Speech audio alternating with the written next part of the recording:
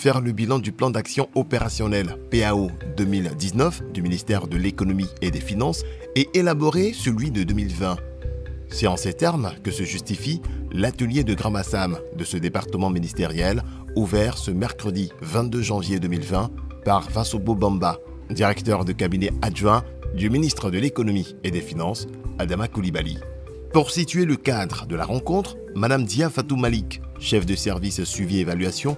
a indiqué qu'au regard de la contribution des activités du ministère de l'Économie et des Finances à l'efficacité globale de l'action gouvernementale et de sa transversalité, le ministre Adama Coulibaly a demandé la poursuite de la mise en œuvre du plan d'action stratégique PASS. Pour rappel, a-t-elle poursuivi, ce PASS en cours d'exécution et qui couvre la période allant de 2017 à 2020 est chaque année décliné en PAO en vue de sa mise en œuvre et de son suivi efficace. Depuis cette date se tient chaque début d'année un atelier bilan PAO de l'année écoulée et l'élaboration du PAO de l'année en cours, a fait savoir Mme Dia Fatou Malik, par ailleurs présidente du comité d'organisation de ces assises prévues du 22 au 24 janvier 2020 à l'hôtel Étoile du Sud de la cité balnéaire. Représentant le ministre de l'Économie et des Finances, le directeur de cabinet adjoint, Vassobo Bamba, a noté dans son allocution que tirant les leçons de l'exécution du PAO 2019, il s'agira pour les participants d'élaborer le PAO 2020, non sans rappeler que ce PAO 2020 consacre la 4e et dernière année de mise en œuvre du PASS 2017-2020 du ministère.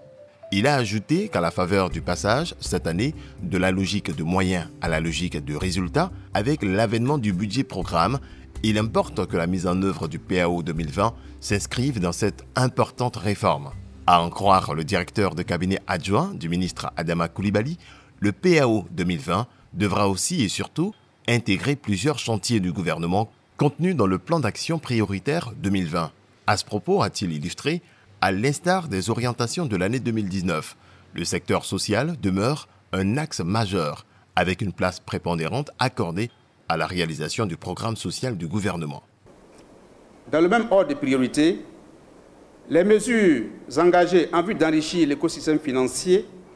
et de renforcer l'appui à la performance du secteur privé pour l'adapter aux exigences d'un pays émergent devront être déterminantes. À ce titre, Monsieur le ministre attache du prix à la planification d'actions en lien, entre autres, avec la mise en œuvre de la stratégie de la finance numérique, du programme de développement du secteur financier. La mise en œuvre de la stratégie nationale d'inclusion financière, la mobilisation de financements alternatifs par la Caisse des dépôts et consignations, l'amélioration des services financiers à travers l'Observatoire de la qualité des services financiers et enfin, l'encadrement du secteur privé par l'entremise de l'Observatoire national sur la compétitivité des entreprises.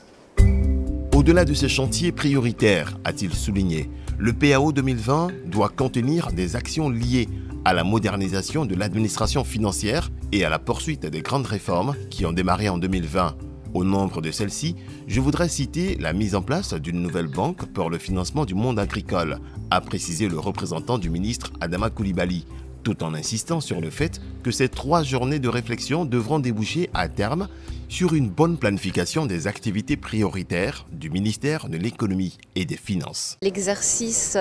du PAO 2020 est un petit peu novateur puisque c'est la première année que l'Institut des Finances va y figurer